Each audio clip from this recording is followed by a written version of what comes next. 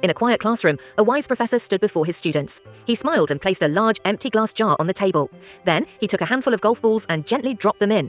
One by one, they filled the jar to the top. "Is the jar full?" he asked. The students nodded. "Yes." The professor chuckled. Then, he picked up a bowl of tiny pebbles and poured them in. The pebbles rolled into the spaces between the golf balls. "Now, is it full?" he asked again. The students hesitated but said, "Yes, now it's full." Without a word, the professor grabbed a cup of sand and poured it into the jar. The fine grains slipped into every tiny gap.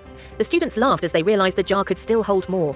That's when the professor turned to a young girl in the front row. Her name was Elara. She was smart, hardworking, and full of dreams. "Elara," he said gently, "this jar is your life. The golf balls are the most important things: your family, your health, your dreams. If you lost everything else but still had these, your life would still be full. The pebbles are the other important things: your job, your home, your education. They add value, but they are not everything. And the sand, that's everything else: the small distractions, the endless scrolling, the worries that don't truly matter." The professor looked at the class and said, "If you fill the jar with sand first, there's no room for the golf balls or even the pebbles." He turned to Elara, his eyes kind. "Remember, if you spend all your time on the little things, you'll never have space for what truly matters."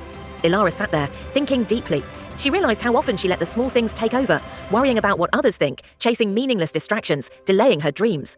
From that day on, she chose differently. She chose her golf balls first, her family, her dreams, her well-being. And slowly she built a life that was truly full. What about you? Are you filling your jar the right way?